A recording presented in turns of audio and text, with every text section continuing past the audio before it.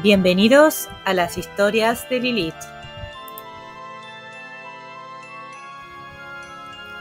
Hola amigos, bienvenidos. Este es el capítulo 12 ya de Exilio, Diario de una invasión zombie. Esta segunda parte o esta continuación de esta, historia llena de peligro. Peligro, esa es la palabra. Así que vamos a continuar con las aventuras a ver qué sucede. 22 horas. Después de entretenerme durante más o menos una hora con las velas, he levado el ancla y he navegado con mucha lentitud hacia el sudoeste. Sé que esas cosas pueden ver la vela, pero no sabía si al verla moverse sobre el lago querrían seguirla. Mi plan consistía en varar el velero para ganar tiempo. No podría permitirme el tiempo necesario para amarrarlo convenientemente y dejarlo bien atado. Así, el viaje sería tan solo de ida, porque una vez el velero hubiese varado, sería necesario otra embarcación a motor para volver a sacarlo al lago. He observado la costa con los prismáticos en busca de indicios y advertencias de que los muertos hubieran reaccionado a mi presencia. Había atado una cuerda con nudos a la proa para que me resultara fácil desembarcar cuando llegase el momento.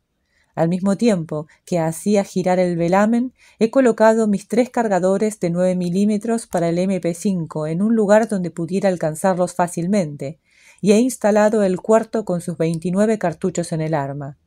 No podía cometer ningún error. Esto no era la playa de Normandía en los años 40, sino la playa del lago Cado, donde el número de monstruos tal vez superaba al de soldados alemanes, y tenía que ser un solo hombre quien les hiciera frente. Habría preferido que el velero avanzase a una velocidad inferior a los 5 nudos. Quería acercarme con precaución. Al cabo de 2 horas de tanteos a babor y estribor, he logrado una buena perspectiva de la cabeza de playa que iba a atacar. En un primer recuento he divisado una docena de muertos vivientes en la orilla, con su mirada gélida envuelta hacia mi centro de gravedad. Gracias a las técnicas de compartimentalización que había aprendido en el ejército, he realizado un mediocre intento de expulsar de mi materia gris el pensamiento de que pudieran hacerme pedazos. Como sabía que la embarcación tenía un calado de por lo menos 2 metros, he anticipado un impacto de una notable violencia cuando las velas empujasen velero y quilla contra las rocas de la ribera. Al acercarme a tierra, he desmontado la botavara y me he echado de espaldas, con los pies apoyados en la baranda de delante. Mientras estaba tumbado sobre la cubierta, he tratado de expulsar de mis pensamientos la imagen mental de los muertos vivientes, a fuerza de mirar al mástil y a las nubes que estaban en lo alto. Entonces se ha producido el impacto. El velero ha escorado con violencia a babor mientras la proa se volvía hacia la derecha, y he oído cómo todo lo que estaba abajo, en los estantes, se caía estrepitosamente al suelo. Después de recobrar el equilibrio, he cargado con mi pesada mochila y he preparado el subfusil. Calculaba que debía de haber unos 20 que se acercaban a mi posición y que podían llegar a ser varios miles si no actuaba con rapidez. He apuntado lo mejor que he podido con el MP5 de cañón corto y he abatido a 5 para tener tiempo de bajar a la orilla con la cuerda de nudos.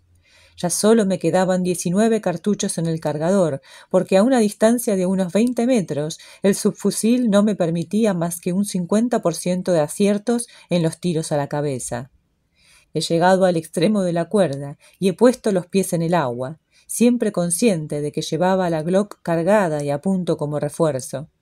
He buscado con atención un espacio abierto entre el grupo de más o menos 10 que seguían en pie, y una vez más he arremetido como una aguja que atraviesa un tejido, y he pasado corriendo entre ellos a toda la velocidad que me ha sido posible. Esos 10 se transformarían en 100 si no los dejaba atrás, así que me he echado a correr por la orilla, a la vista de todos, tan rápido como he podido, para que me siguieran. Había recorrido aproximadamente 1,5 kilómetros cuando me ha resultado imposible seguir corriendo con la mochila a cuestas. He girado 90 grados a la derecha. Me he adentrado entre los árboles para que mis perseguidores me perdieran de vista, y entonces he seguido avanzando con el sistema camina 20 pasos y luego corre otros 20, durante 1 hora. Había logrado dejar atrás a los muertos, y me hallaba relativamente seguro en las llanuras abiertas de lo que yo creía que era Texas. Mi plan es el siguiente.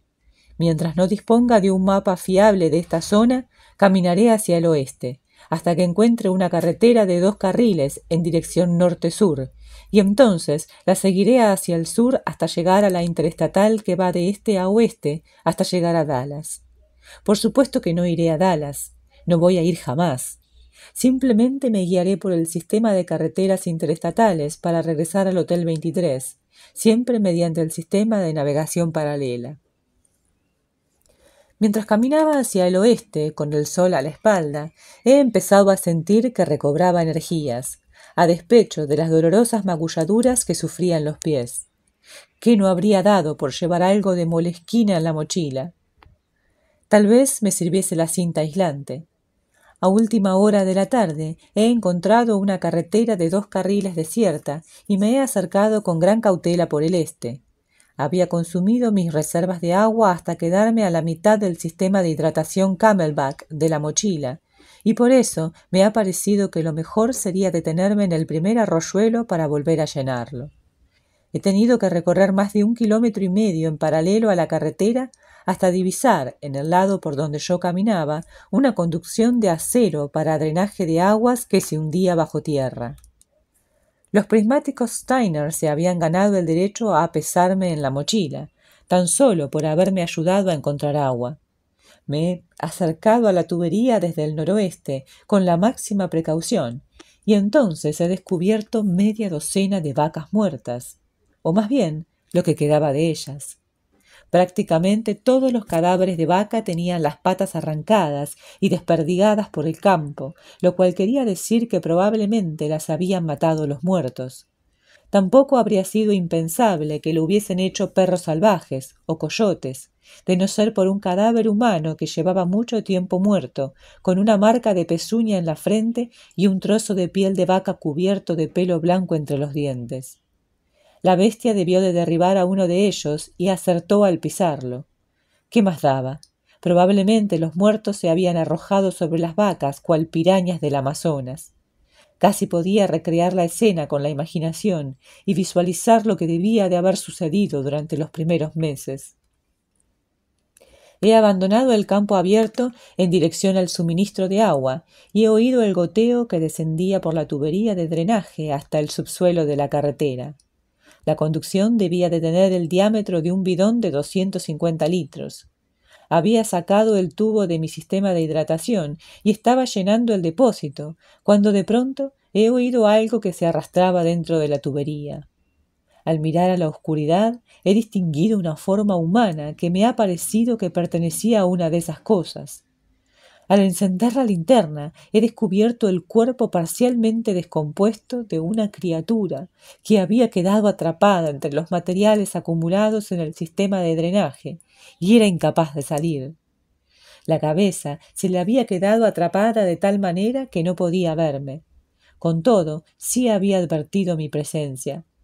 He vaciado el agua descontaminada que llevaba y he sacado el contenedor de plástico de mi sistema de hidratación todo lo bien que he podido con unos calzoncillos limpios que llevaba.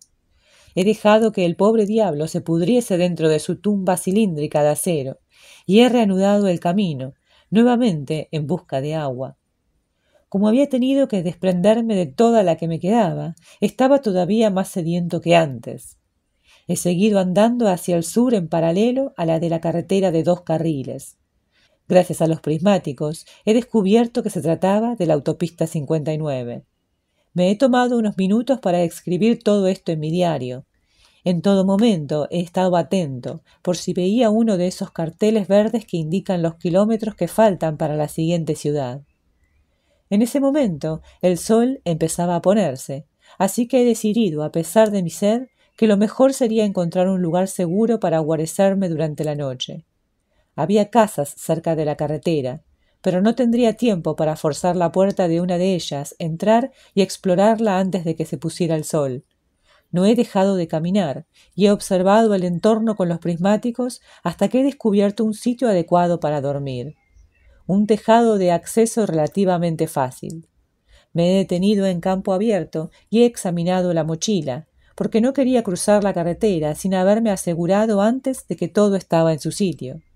He colocado la manta de lana en lo alto de la mochila para poder sacarla fácilmente y munición extra de 9 milímetros en el compartimento de cremallera de la tapa. Luego he sacado los cargadores del MP5 y de la Glock para asegurarme de que todo estuviera en orden. 15 más 1 en la Glock y 29 más 1 en el MP5. Con las armas a punto, el MP5 en disparo simple y el contenido de la mochila redistribuido, me he echado a correr hacia la casa elegida, un edificio de 2 pisos en las afueras de una pequeña zona residencial. El sol descendía en el horizonte, y con él la temperatura, cuando he llegado a la cerca que separaba el campo de la carretera. He arrojado la mochila sobre las 3 tiras de alambre de espino y luego he trepado yo mismo por la cerca con cuidado de no cortarme. Tras recoger la mochila, he oteado la carretera en ambas direcciones. Se divisaba movimiento de muertos vivientes en la lejanía. He cruzado la carretera a paso lento, con cautela, ocultándome tras un viejo coche que llevaba mucho tiempo abandonado. Al llegar al otro lado de la carretera, me he arrodillado y he aprovechado la luz cada vez más tenue para escrutar en la lejanía con los prismáticos. Me ha parecido que el terreno estaba relativamente despejado, así que me he puesto a correr de nuevo, esta vez hasta la casa.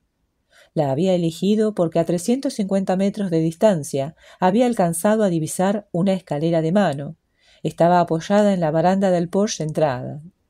He conseguido llegar hasta la casa y he colocado la escalera de mano para trepar hasta el tejado y pasar allí la noche.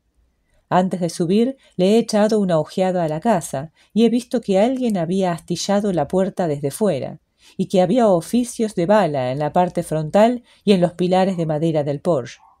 Otro escenario donde tuvo lugar un último conato de resistencia que terminó mal. Todo el perímetro de la casa estaba cubierto de lo que yo llamo marcas de sangre, lugares que los muertos vivientes habían aporreado durante varios días en un vano intento por entrar. Alguien había clavado tablones tras las ventanas del piso de abajo, a modo de improvisada barrera, pero casi todos estaban arrancados y las ventanas estaban rotas por los golpes que les habían propinado desde fuera. A pesar de que pasar la noche en el interior de la casa habría sido una pésima elección, pernoctar en su tejado parecía una opción bastante aceptable. Me he dado por satisfecho con aceptar que el edificio estaba condenado y que no merecía la pena investigar en su interior. Así, he subido precavidamente por la escalera de mano hasta lo alto del porche. Una vez allí, he recogido la escalera de mano y la he colocado sobre el porche para subir hasta el tejado. No he querido correr el riesgo de que una de esas cosas irrumpiera por la ventana del primer piso y me atacase mientras dormía. Una vez en el tejado, he vuelto a recoger la escalera de mano. Así he llegado a una posición bastante ventajosa y la luz aún era suficiente para preparar la acampada. He desplegado la manta y he atado la mochila a una de las chimeneas del tejado. Después me he atado el brazo a la mochila con la correa de la cintura, para estar seguro de que no me pondría a rodar por el tejado en sueños ni me caería al vacío. Podía emplear una parte de mi equipo como almohada. Ahora que estoy completamente vestido, con una gruesa manta de lana, pasar la noche aquí arriba no será tan incómodo. Buenas noches. Cadena de presos. 11 de octubre, 12:32 horas. Me he despertado esta mañana sintiendo la lluvia fría en la cara. He mirado el reloj, que marcaba las 5:20 horas, y el molesto castañeteo de dientes me ha indicado que me había bajado la temperatura corporal. Estaba muerto de sed y he tenido que pugnar con el frío para llegar hasta la mochila y sacar un envase vacío de comida preparada que terminé hace días. Tras envolverme en la manta de lana para protegerme del frío y sujetarme el pie con la tira de la mochila, me he asomado por el alero y he colgado el paquete vacío en el borde, por donde el agua bajaba a raudales hacia la cornisa de la planta baja. Una vez lleno, me he bebido el agua con sabor a teja hasta no quedar ni una gota, y entonces he vuelto a colgar el envase para que se llenara de nuevo. En pugna constante con el frío que amenazaba por hacerme caer del tejado, he vuelto a recoger agua para llenar el sistema de hidratación.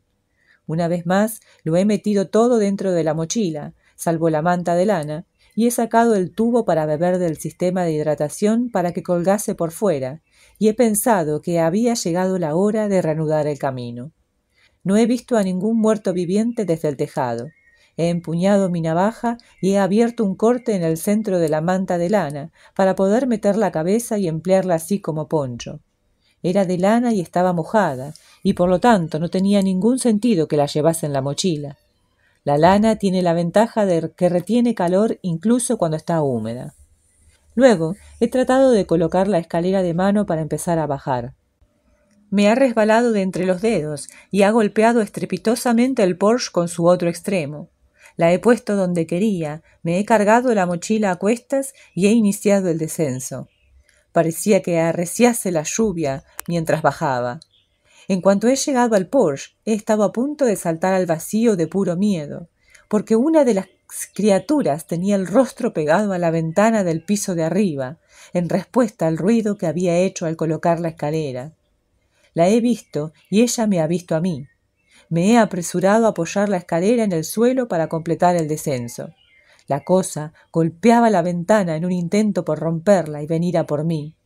A juzgar por el ruido que hacía, no parecía que tuviera fuerzas suficientes para destrozarla.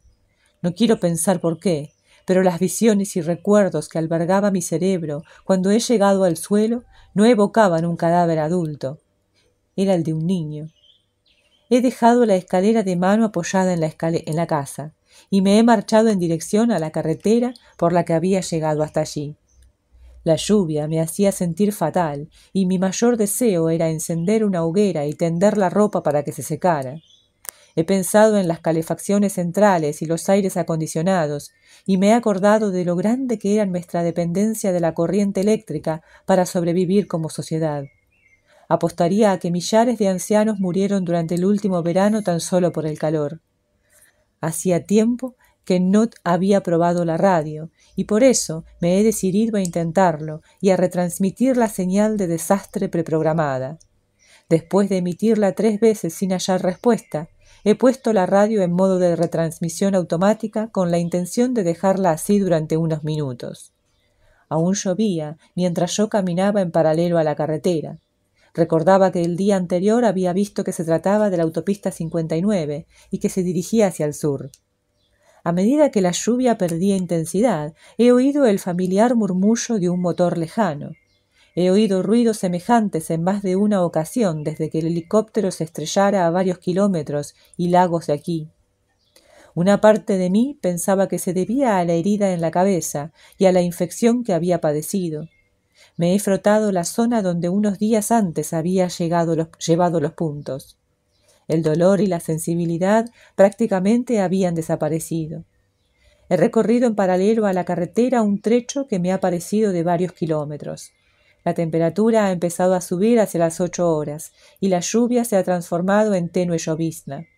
La neblina era densa y había bancos de niebla debidos sobre todo a la combinación de la humedad con el calor del sol naciente. Mis pies se hundían en el fango, porque me mantenía a cierta distancia de la aparentemente vacía autopista 59. Al cabo de unos pocos centenares de metros, he tenido que girar 90 grados y regresar a la autopista, porque me he dado cuenta de que el fango no tenía nada que ver con la lluvia. Estaba caminando por lo que parecían aguas pantanosas. La carretera se elevaba sobre el suelo, y en un momento en el que el viento ha apartado la bruma, he alcanzado a ver que un trecho de ésta, unos 400 metros más allá, atravesaba el pantano sobre pilares de poca altura. Parecía que siguiera igual hasta perderse en la lejanía. Yo no tenía ganas de enfermar y sabía que las bacterias del pantano o la hipotermia que sufriría al llevar un rato caminando con la frialdad del fango hasta la cintura me matarían igual que una de esas cosas. Se sumaban a mi miedo varias heridas que me había hecho en el accidente, así como mientras huía de las criaturas. Desde luego que habían cicatrizado, pero unas pocas horas de inmersión en el agua del pantano ablandarían las costras. Como no me quedaba ninguna otra elección, he tenido que seguir adelante por la carretera y me he adentrado en las brumas y neblinas que flotaban sobre el pantano en el trecho que se prolongaba hacia el sur. La visibilidad era escasa y tan solo veía lo que había a 100 metros de distancia como máximo, y en ocasiones, cuando se abría un hueco en la niebla, divisaba imágenes a lo lejos. Después de caminar durante unos 20 minutos, no he visto rastro de tierra firme ni a derecha ni a izquierda. Una vez el sonido de un motor en la lejanía o tal vez en lo alto. No estaba seguro de dónde venía. Un ruido metálico que se ha oído en la propia carretera, algo más adelante, me ha sacado de mi ensimismamiento. Parecía como si alguien arrastrase cadenas sobre el hormigón. He tratado de escuchar y diferenciar los sonidos de cadenas y el rumor metálico, pero no lo he conseguido. Ambos sonidos se han vuelto irrelevantes cuando he oído que una de esas cosas tropezaba con un viejo parachoques oxidado que había en el puente. Se ha oído en el mismo trecho de carretera por el que acababa de pasar. Me he acercado y le he pegado un tiro en la nuca con el subfusil. Al levantar los ojos y mirar hacia la lejanía, en la misma dirección por la que había venido, he logrado distinguir nuevas siluetas borrosas en la niebla. Al parecer, varios muertos vivientes se acercaban en mi posición. Aún faltaba un par de minutos para que llegasen. Me he dado la vuelta y he seguido adelante en dirección hacia los sonidos metálicos a un paso más vivo. He dejado atrás a los muertos vivientes que me perseguían y he vuelto a avanzar al ritmo de 10 pasos de carrera, 10 pasos de marcha. Entonces he oído de nuevo el sonido metálico sobre el hormigón. He frenado, porque sabía que los muertos vivientes que me venían por detrás tardarían unos 10 minutos en llegar. Hasta ese momento había dejado atrás cierto número de coches abandonados, pero ninguno de ellos estaba ocupado, y todos tenían marcas de sangre, como las de la casa en la que había dormido la noche anterior. He seguido adelante. El sonido del metal era cada vez más fuerte y me ponía histérico.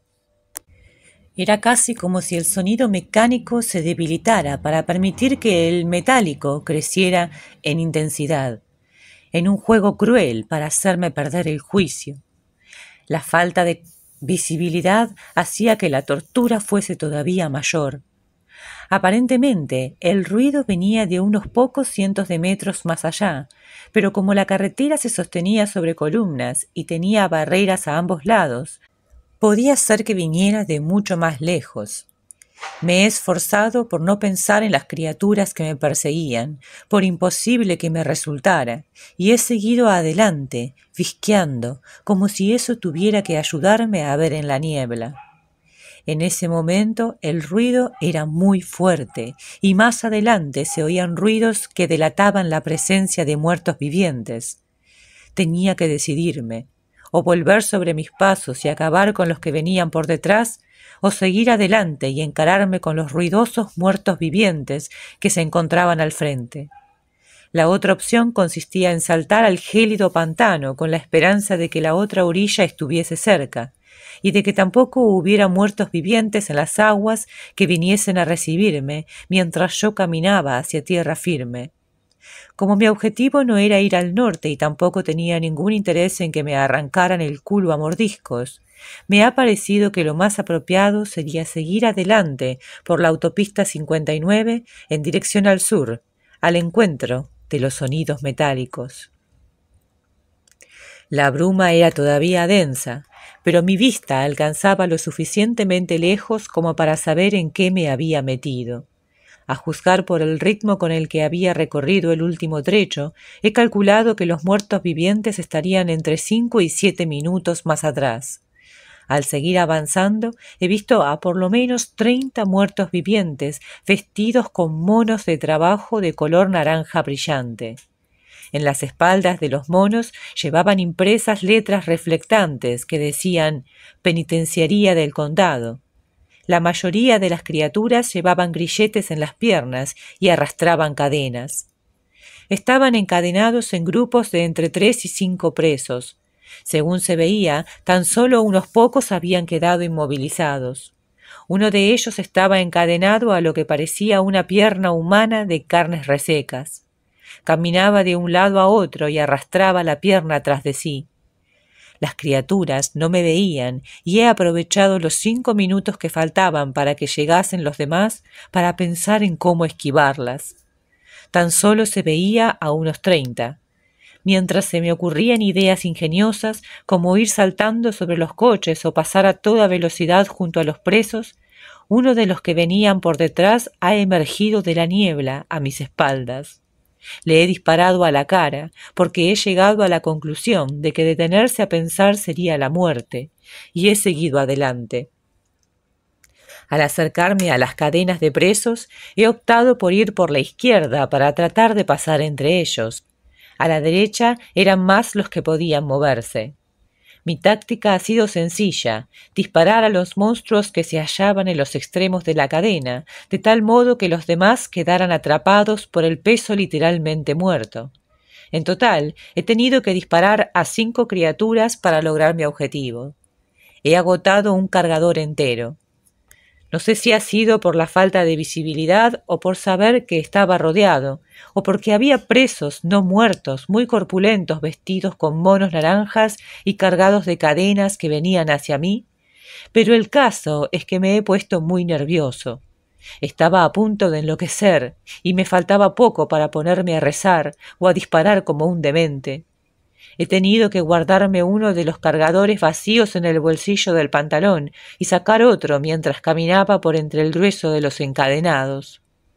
Aunque 3 de las cadenas humanas de 5 miembros tenían movilidad reducida, no han dejado de perseguirme, y al mismo tiempo los grupos no entorpecidos les han sacado ventaja y han venido tras de mí. El sonido de cadenas que se arrastraban por la autopista 59 me tenía cagado de miedo, aunque no dejara de correr. No eran la única amenaza. Mientras escapaba de las cadenas humanas, debo de haber dejado atrás a otros 50 muertos vivientes. Había más que nunca en el momento en que he tenido que reanudar el ritmo de 10 pasos corriendo, 10 caminando. Un poco más adelante, la niebla empezaba a dispersarse.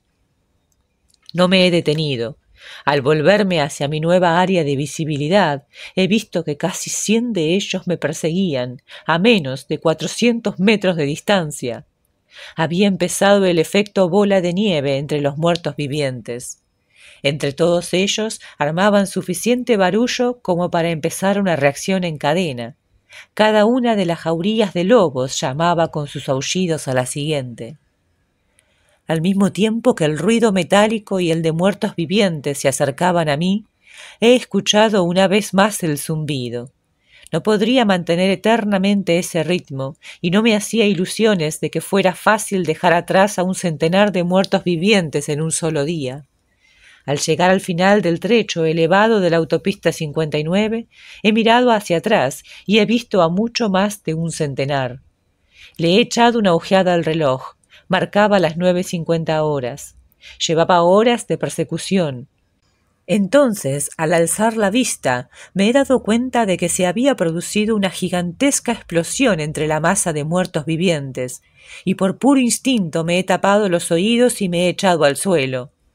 En el momento en que mi culo se estrellaba contra el hormigón, el estruendo me ha golpeado como un puñetazo en el pecho y he rodado por el suelo. Me he puesto en pie y me he dado cuenta de que la explosión había causado daños sustanciales en el grupo que me perseguía.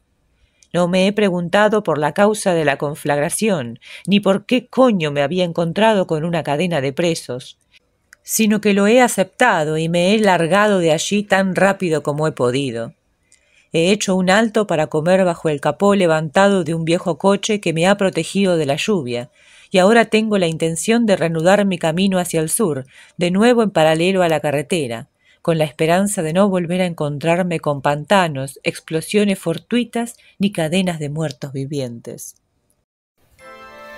Vamos a dejar por el momento con esta terrible escena.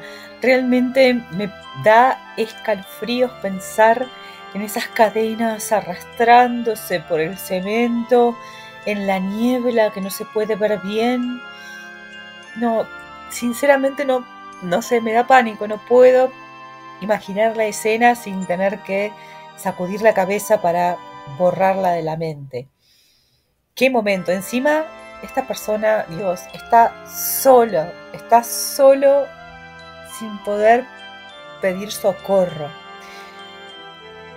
Realmente espantosa escena. Y bueno, por evocar todas estas sensaciones tan magníficamente, creo que es una gran obra. Así que bueno, nada, espero que ustedes me cuenten qué sienten al escuchar esta historia, lo que le pasa a este personaje, si logran meterse tanto como yo. Déjenlo en los comentarios. Y como siempre les pido por favor que dejen un like y que se suscriban para poder seguir mejorando este canal. Gracias y los espero la próxima, no se lo pierdan.